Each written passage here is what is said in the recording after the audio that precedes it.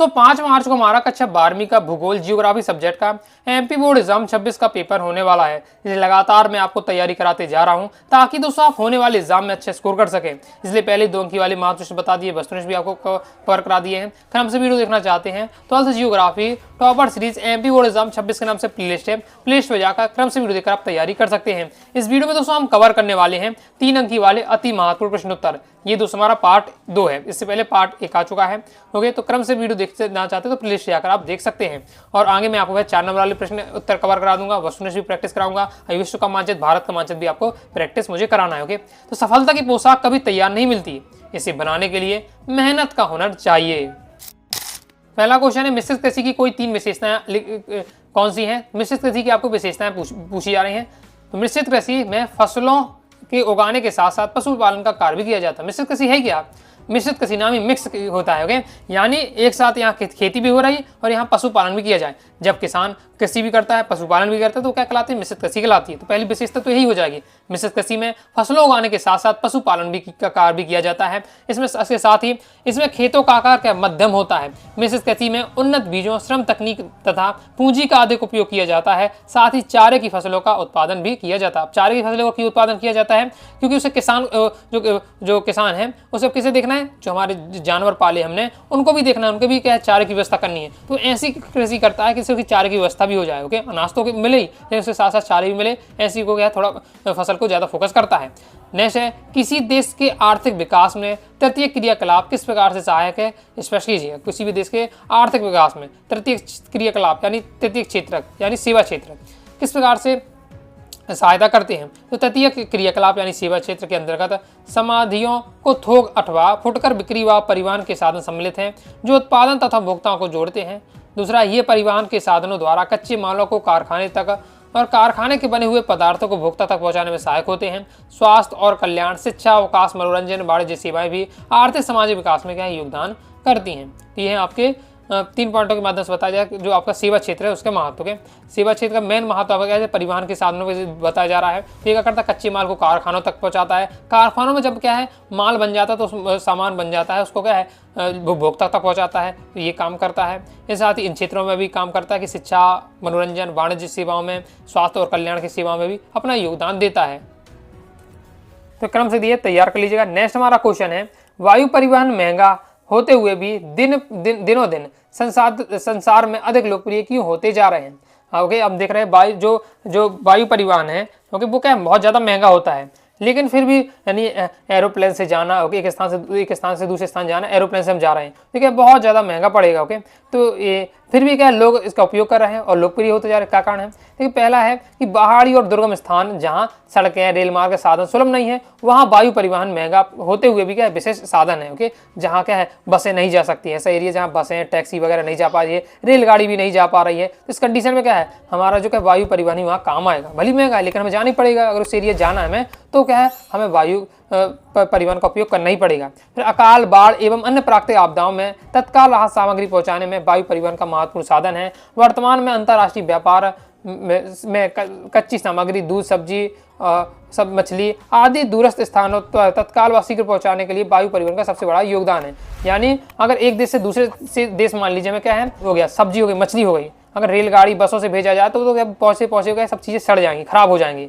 Okay, अगर जैसे दूध हो गया, सब्जी, मछली, जो चीज़ें क्या तत्काल खराब 1 से 2 दिन में क्या मान लीजिए खराब हो जाने वाली ऐसी चीज़ें हैं। ओके, उनको क्या है अगर एक देश से दूसरे देश पहुंचाना है तो हम वायु परिवहन से क्या है और उस सामान को क्या है भेज सकते हैं। तो क्या है कम समय क्या है एक देश से दूसरे देश पहुंच जाएगा और क्या है वो वस्तु जो पदार्थ है वो खराब भी नहीं होगा। नेक्स्ट देख लेते हैं, वायु परिवहन अंतर्राष्ट्रीय और राष्ट्रीय आवागमन को शीघ्रता प्रदान करता है। ये क्या है मतलब समय बचत भी करता है। नेक्स्ट हमारा क्वेश्चन है, स्वच्छंद उद्योग क्या है? तो ये उद्योग व्यापार विविधता वाले स्थानों में स्थिर होते हैं। यह किसी विशिष्ट कच्चे माल पर निर्भर नहीं रहते हैं बल्कि इन्हें कहीं से भी औद्योगिक संकुलों में स्थापित किया जाता है। ये उद्योग संगठक पुर्जों पर निर्भर रहते हैं जो कभी भी प्राप्त किए जा सकते हैं। इनमें उत्पादन कम मात्रा में होता है, श्रमिकों की कम आवश्यकता होती है। समानतः ये उद्योग प्रदूषण रहित होते हैं। इन उद्योगों की अवस्थिति परिवहन के साधन विशेषकर सड़क मार्ग के समीप होती है। ये स्वच्छंद उद्योग के बारे में दिया जा रहा है। नेक्स्ट हमारा क्वेश्चन है, भारत सरकार की कौशल विकास तथा उद्यमिता की नीति की 3 उद्देश्य लगी है। भारत ने कौशल विकास उद्यमिता वाली नीति चलाई, इसकी उद्देश्य क्या है? तो इसके प्रमुख उद्देश्य देश में हो रही कौशल गतिविधियों का एक रूप प्रदान करना, देश में नवीन कौशलों और रोजगारों का बनाना, देश के विभिन्न कौशलों को इनके भारत का केंद्र के साथ जोड़ना। नेक्स्ट है भारत की राष्ट्रीय युवा नीति की 3 विशेषताएं। जो भारत की राष्ट्रीय युवा नीति, इसकी विशेषता बतानी है। तो पहला, यह भारत के युवाओं के लिए एक समग्र दूरवर्ती प्रस्ताव रखती है। राष्ट्रीय युवा नीति 15 से 29 वर्ष की आयु समूह के व्यक्तियों को युवा के रूप में परिभाषित करती है और इसके द्वारा देश के युवाओं को अपनी पूरी क्षमता का उपयोग करने के लिए सक्षम बनाया जा रहा है। नेक्स्ट है भरमौर क्षेत्र को ही अध्ययन के लिए क्यों चुना गया है? जैसे कई सारे क्षेत्र हैं अध्ययन के लिए, भरमौर क्षेत्र को हमें अध्ययन के लिए चुना गया। हमारे जो यहाँ जियोग्राफी में दिया हुआ है भरमौर क्षेत्र के बारे में, तो इसको ये अध्ययन का विषय क्यों लिया गया है?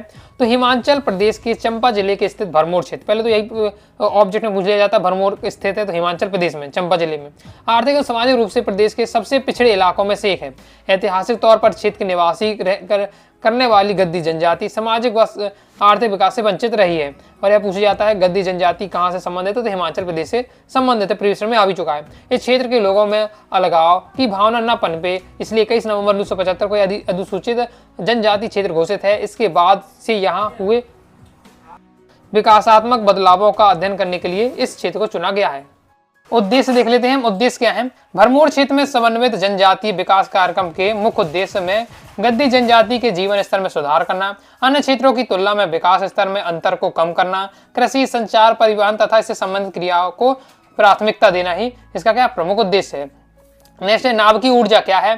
भारत के प्रमुख नाभ की ऊर्जा केंद्रों के नाम लिखिए। तो परमाणु के विघटन द्वारा प्राप्त ऊर्जा जो परमाणु के नाभिक में परिवर्तन लाकर प्राप्त की जाती है उसे नाभ की ऊर्जा कहते हैं। नाभिक को जब क्या करते हैं हम परमाणु का विघटन करते हैं, ओके, तो इससे क्या हमें ऊर्जा प्राप्त होती है, नाभिक ऊर्जा हमारी कहलाती है। और आपको बताना है नाभ की ऊर्जा के केंद्र कौन कौन से हैं। तो भारत के प्रमुख नाभ की ऊर्जा केंद्र में तारापुर महाराष्ट्र, रावत भाटा राजस्थान, कलपक्कम तमिलनाडु, नरोरा उत्तर प्रदेश, गंगा कर्नाटक से और काकरपारा गुजरात में है। नेक्स्ट जल परिवहन के महत्व, सिंपल क्वेश्चन है आपका और सिंपल इसका उत्तर रहने वाला है। जल परिवहन के क्या क्या महत्व होते हैं? सस्ता परिवहन है। जल परिवहन क्या है? सस्ता परिवहन है। जैसे एक देश से हमें दूसरे देश तक सामान भेजना है, एक देश का जब दूसरे देश में सामान जाता है तो अगर वायु परिवहन का उपयोग करेंगे तो बहुत ज़्यादा तत्काल पहुंच जाएगा। अभी हमने इससे पिछली वीडियो में समझा भी था कि दूध, मछली जैसे खाद्य पदार्थ हो जाते हैं आपके, एक देश से दूसरे देश अगर बहुत तत्काल ही पहुंचाने ताकि वो खराब ना हो जाए, ओके, तो आपका वायु परिवहन का उपयोग किया जाता है जो तत्काल खराब होने वाले सामान को अगर क्या एक स्थान से दूसरे स्थान में पहुंचाना है। लेकिन और अन्य जो सामान हो जाते हैं जो तत्काल ही खराब नहीं होते, मान लीजिए काजू बादाम हो जाते हैं, इनको एक देश से दूसरे देश पहुंचाना, तो ये क्या है कई अगर अच्छे से स्टोर करके क्या है एक देश से दूसरे देश भेज सकते हैं, वो जल परिवहन का उपयोग कर सकते हैं।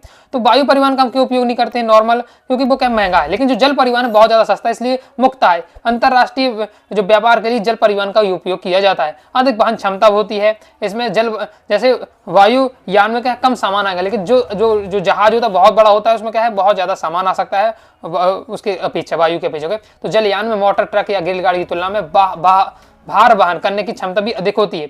विदेशी व्यापार में ये सहायक होता है। तो जो विश्व से मैंने आपको बताया कि विदेशी व्यापार में किस तरीके से सहायक होता है, तो आपका बता देना है। नेक्स्ट देख लेते हैं। नेक्स्ट हमारा क्वेश्चन है विश्व में पाइपलाइन परिवहन के महत्व बताइए। पाइपलाइन परिवहन के क्या महत्व? पाइपलाइन परिवहन सुरक्षित, विश्वसनीय और निरंतर रहती है। पाइपलाइन परिवहन को कठिन और उबड़ खाबड़ भूभागों, दुर्गम स्थानों, घने वनों और मरुस्थलों, पर्वतों में एवं पानी के भीतर बिछाया जा सकता है। इसके संचालन और रखरखाव की भी लागत क्या होती? कम होती है। तो ये विश्व में पाइपलाइन के परिवहन के महत्व है। नेक्स्ट चतुर्थक क्रियाकलाप की अवधारणा ज्ञान आधारित उद्योगों की अवधारणा है। इस बात को आपको समझाना है। तो तृतीयक उद्योगों अथवा कारणों की सहायता प्रदान करने वाली क्रियाएं या सेवाएं जैसे शोध कार्य, सूचनाओं, असंवेदन, प्रशासनिक व्यवस्थाओं आदि चतुर्थक क्रियाकलाप के अंतर्गत आते हैं। आज के समय में हम किसी देश के औद्योगिक विकास का स्तर उस देश के मानव संसाधनों के तकनीकी ज्ञान के स्तर पर निर्भर है, क्योंकि पर्याप्त एवं उच्च तकनीकी ज्ञान से ही उस देश के संसाधनों का समुचित दोहन एवं उपयोग होता है। नेक्स्ट वाणिज्य पशुधन पालन की कोई आपको 3 विशेषता बतानी है। ओके, अभी इससे पहले हमने क्या है अब देखा था चलवासी पशुचारण की विशेषताएं। अब वाणिज्य पशुधन पालन की विशेषताएं देखना है, जैसे देख लेते हैं। ओके, इसके साथ ही चलवासी पशुचारण और वाणिज्य पशुधन पालन में अंतर भी आता है, तो वो भी आपको क्या तैयार करके रखना है, आगे वो भी मैं आपको कवर करा दूंगा। इसकी क्या विशेषताएं हैं कि वाणिज्य पशुधन पालन मुख्यतः नई दुनिया से प्रचलित है। इस मुख्य क्षेत्र देखिए, यहाँ जब हमने आपका चलवासी पशुचारण देखा था तो उसमें बताया जा रहा था पहली पॉइंट में कि जो वाणिज्य चलवासी पशुचारण है वो पुरानी दुनिया से प्रचलित था, जबकि जो वाणिज्य पशुधन पालन है वो नई दुनिया में प्रचलित है। इसमें मुख्य क्षेत्र उत्तरी अमेरिका के पेरी, मध्य अमेरिका के लागोस, दक्षिण अमेरिका के पंपास, दक्षिण अफ्रीका के विल्ड और ऑस्ट्रेलिया के डाउन्स तथा न्यूजीलैंड के घास के मैदान हैं। वाणिज्य पशुधन पालन एक निश्चित स्थान पर बाड़े में किया जाता है, उनके चारे के लिए व्यवस्था स्थानीय रूप से की जाती है और पशुओं के वैज्ञानिक पद्धति के अनुसार पाला जाता है और उनकी विशेष देखभाल की जाती है। क्योंकि चलवासी पशुचारण में इतनी ज़्यादा पशुओं के लिए देखभाल नहीं की जाती है, लेकिन वाणिज्य पशुधन पालन में देख रखाव किया जाता है। मुख्य कारण क्या है, नाम ये वाणिज्य पशुधन पालन, यानी पैसे कमाने के उद्देश्य से हम क्या है जो पशुधन पालन कर रहे हैं। पैसों जैसे हम गाय को पाल रहे हैं तो हम उनकी दूध बेच कर क्या पैसा कमाएंगे, उसे या दूध के से बने पदार्थों को बेच कर पैसा कमाएंगे। तो इसके लिए हमें क्या है ज़्यादा दूध प्राप्त हो तो उससे गाय की हमें सेवा भी करनी पड़ेगी। ओके, तो यही बात बताई जा रही है। जब हम वाणिज्य मतलब पैसे के उद्देश्य कहते हैं तो हमें क्या है पशुओं का देखभाल भी करना पड़ता है।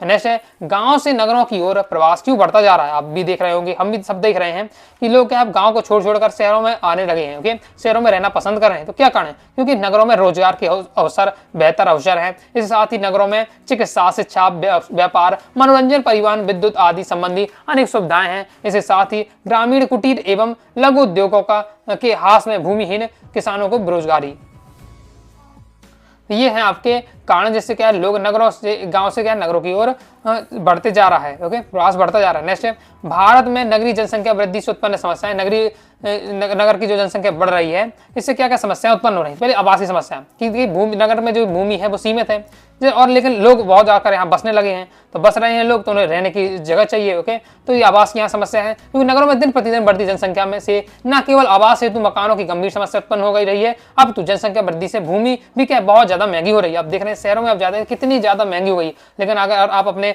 माता पिता से पूछते हैं, दादा दादी से पूछिएगा, तो पहले समय में जमीन कितनी ज्यादा कुछ कीमत थी ही नहीं। ओके, तो जमीन को मतलब इतना महत्व थी ही नहीं, लेकिन आज के समय दीजिए, आज के कई लाखों की क्या है जमीनें हो गई हैं। परिवहन की समस्याएं, जनसंख्या वृद्धि से नगरों में परिवहन की समस्याएं के चलते रेलों और बसों में भारी भीड़ के बीच काम धंधे के लिए दूर दूर तक जाना पड़ता है और स्वास्थ्य की भी समस्या हो गई है। जनसंख्या के बढ़ते दबाव से नगरों में स्वास्थ्य सेवाओं की कमी कारण अधिकांश जनसंख्या में अनेक प्रकार के रोगों के पीड़ित है। आगे देख लीजिए, आगे बढ़ने से पहले बता दूं, अगर आप क्या है प्रॉपर तैयारी करना चाहते हैं, पीडीएफ मटेरियल प्राप्त करना चाहते हैं, 2 अंकी वाले, 3 अंकी वाले, 4 अंकी वाले, अति महत्वपूर्ण प्रश्न उत्तर, इसके साथ ही विश्व का मानचित्र, भारत का मानचित्र, वस्तुनिष्ठ प्रश्न उत्तर, all chapter important question answer, all chapter objective question answer, previous paper with solution, model paper with solution, complete material प्राप्त करना चाहते हैं, जाकि आप क्या अच्छे से तैयारी कर सकें, बार बार रिवीजन कर सकें, तो आप क्या है जियोग्राफी कोर्स को ले सकते हैं। प्ले स्टोर से यूनिवर्सिटी क्लासेस ऐप डाउनलोड कर लीजिएगा और वहां से दोस्तों आपको जियोग्राफी का कोर्स लेना है। ओके, जियोग्राफी का जब कोर्स लें तो आपको जियोग्राफी 70 कूपन कोड अप्लाई करिएगा तो सीधे दोस्तों आपको 100 रुपए का डिस्काउंट प्राप्त हो जाएगा। यानी नाममात्र की फीस में आपको और मतलब फीस कम हो जाएगी, तो आपको नाममात्र की फीस में क्या कंप्लीट मटेरियल मिल जाएगा, आसानी से आप क्या है तैयारी कर पाएंगे। आगे नेक्स्ट हमारा क्वेश्चन है खनिज किसे कहते हैं, इसके प्रकार आपको बताना। तो खनिज आपके धरातल के नीचे बहुत गहराई तक खोद कर बहुत से पदार्थ निकाले जाते हैं, जिन्हें हम क्या खनिज पदार्थ कहते हैं। 2 प्रकार के होते हैं, धातु खनिज और धातु खनिज। धातु खनिज कौन होते हैं, वे धातु खनिज वे खनिज जिन्हें गलाने पर धातु प्राप्त होती है, जैसे लोहा, मैग्नीज, तांबा, बॉक्साइट, टिन, सोना, चांदी। धातु खनिज अधातु खनिज वे खनिज होते हैं जिनसे खनिजों से हमें धातुएं प्राप्त नहीं होती हैं, जैसे चूना, पत्थर, डोलामाइन, आपका कोयला, नमक, फास्फेट, जिप्सम, ये सब आपके अधातु खनिज के अंतर्गत आते हैं। नेक्स्ट लास्ट हमारा क्वेश्चन है ऊर्जा के गैर परंपरागत साधनों का वर्णन कीजिए। कोई 3 आपको बताना है। ऊर्जा गैर परंपरागत स्रोत, तो पहला आपका बायोगैस दिया हुआ है कि जैविक पदार्थों, गोबर, मल मूत्र, कूड़ा करकट, बेकार भूये, वनस्पति आदि को वायुमंडल में अलग रखकर सड़ाया जाता है, जिससे उत्पादित गैस को बायोगैस कहलाती है। इसका उपयोग ईंधन में प्रकाश के हेतु किया जाता है। फिर आगे हमारा नेक्स्ट परंपरागत संसाधन क्या है, गैर परंपरागत संसाधन पवन ऊर्जा। पवन का उपयोग ऊर्जा के रूप में किया जाता है। इसमें पवन चक्कियां चलाई जाती हैं। अब टरबाइन के माध्यम से पवन विद्युत उत्पन्न की जाती है और देश में पवन ऊर्जा की कुल क्षमता का 45,000 मेगावाट है। और सौर ऊर्जा, सूर्य ताप को विभिन्न वैज्ञानिक यंत्रों की सहायता से, जैसे सोलर पैनल लगाया जाता है, सहायता से एकत्रित एवं संचित कर ऊर्जा प्राप्त की जाती है। और सौर ऊर्जा असामाप्य संसाधन है। ये हमारा हो जाता है कंप्लीट। तो इस प्रकार से दोस्तों मैंने आपको इंपॉर्टेंट 3 अंकी वाले महापुरुष बताए हैं। इससे पहले भी मैंने कुछ क्वेश्चन आपको बताए थे, उनको भी तैयार करके रखिएगा। मैं 4 नंबर वाले महापुरुष बता दूंगा, मैं आपको वस्तु निष्ठ प्रैक्टिस करा दूंगा, विश्व का मानचित्र, भारत का मानचित्र रहेगा, उसे भी हम कवर कर लेंगे। क्रम से वीडियो देखना चाहते हैं तो 12th जियोग्राफी टॉपर सीरीज है, एमपी बोर्ड एग्जाम 26 के नाम से प्लेलिस्ट है, प्लेलिस्ट पर जाकर क्रम से वीडियो देखकर आप तैयारी कर सकते हैं। तो भाई दोस्तों आपको वीडियो से लाइक करें, सब्सक्राइब कर दिए। साथ ही दोस्तों टेलीग्राम चैनल व्हाट्सएप को ज्वाइन कर लीजिएगा। डाउट आता है तो कमेंट से आप जरूर पूछिएगा। मिलते हैं नेक्स्ट वीडियो में, तब तक के लिए बाय बाय।